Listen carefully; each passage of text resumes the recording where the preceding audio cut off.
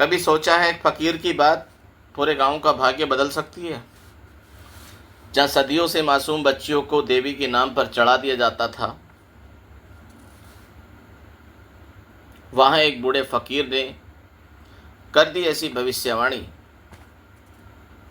जिसने ना सिर्फ एक बच्ची की जान बचाई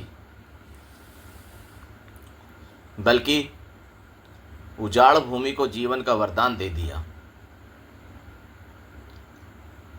दोस्तों, आप चैनल पर आए हैं तो प्लीज़ इसको सब्सक्राइब ज़रूर करें। कहानी बहुत मज़े की, आप लास्ट तक सुनते रहिएगा। क्या था उस फ़कीर की ज़ुबान में ऐसा जादू? कैसे रुकी वह बलिदान की परंपरा? और क्यों आज भी उसकी समाधि पर दीप जलते हैं हर वर्ष? देखिए, फ़कीर की भविष्यवाणी, समय से पहले जागा एक भाग्य, सिर्फ और सिर्फ आपके अपने चैनल ब्लूम टीवी 2 पर। कहानी शुरू हो चुकी है। क्या आप तैयार हैं उस सच से मिलने जो सदियों तक छिपा रहा? तो आइए स्टार्ट करते हैं उस कहानी को।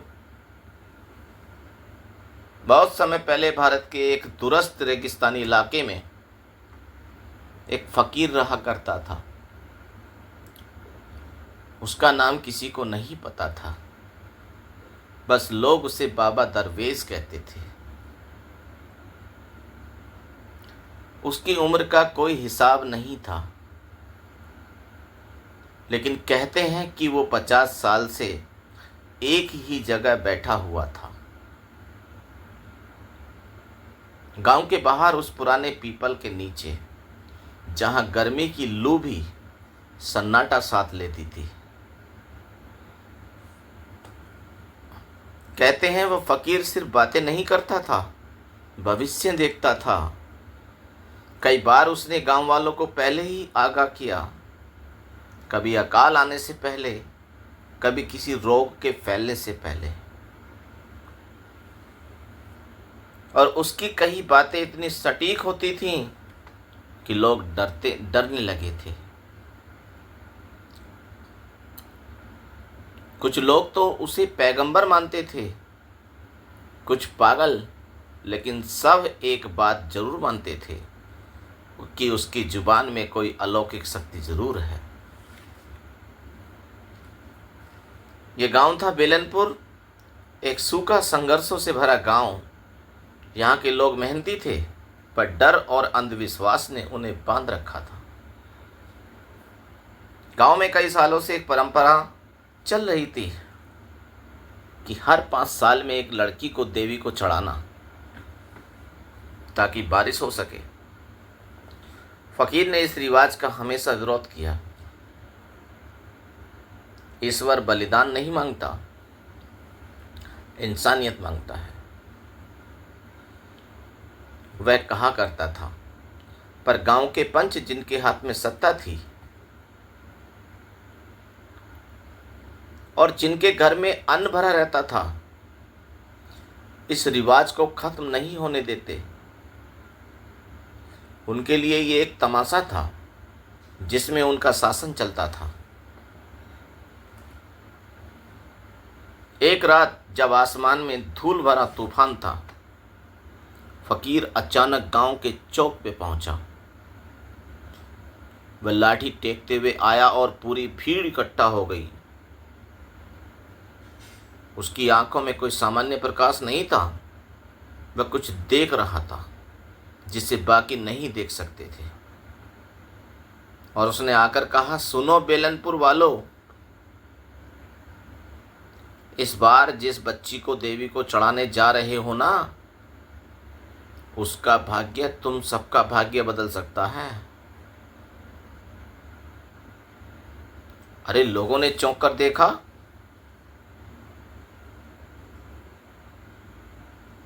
कि अगली बलि की बारी थी छोटी सी रूपा, सिर्फ 9 साल की मासूम बच्ची की, जो एक विधवा माँ की इकलौती संतान थी।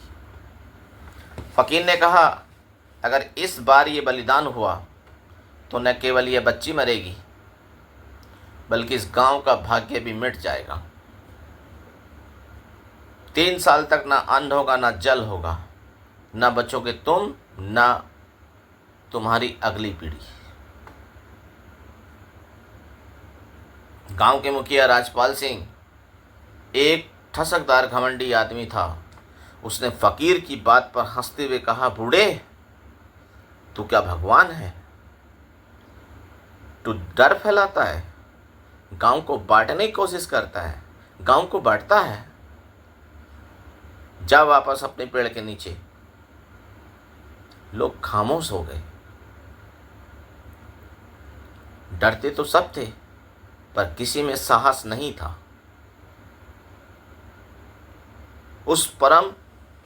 उस रात रूपा की माँ गोरी फकीर के पास पहुंची।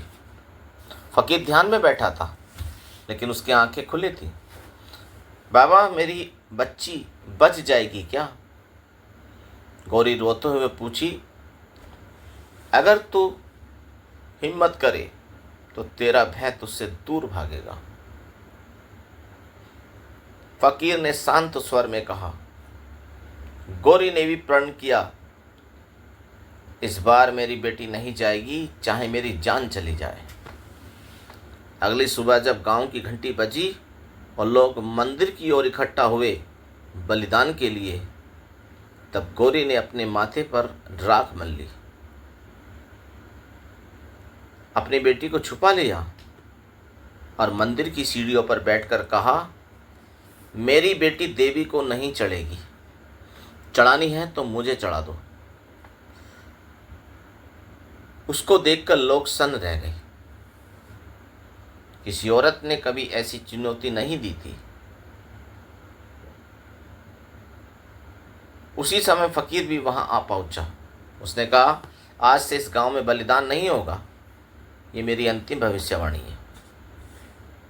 अगर तुम माने तो गांव बचेगा, और नहीं माने तो सिर्फ 3 दिन बाद धरती खुद अपना श्राप देगी।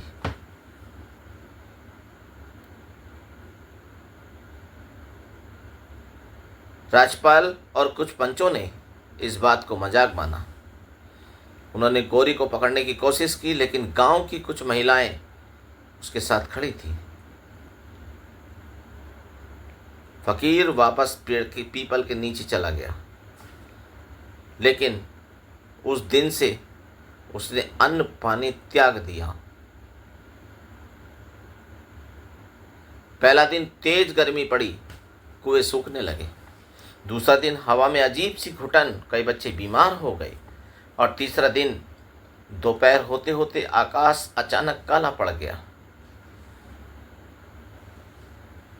गरज, तूफान और सूखे पेड़ों से आग की लपटें निकलने लगी है। गांव में अफरा तफरी मच गई और तभी लोग फकीर के नाम पर दौड़े। उसने अपनी अंतिम सांसें लेते हुए कहा, मैंने देखा था, लेकिन अब तुमने भोगा है। अब समय है जागने का। देवी बलि नहीं मांगती, बल्कि भक्ति मांगती है। रूपा को बचाओ, तभी ये भूमि बचेगी। राजपाल दौड़ा, गांव वालों के साथ रूपा और उसकी मां को मंदिर में लाया और माफी मंगवाई।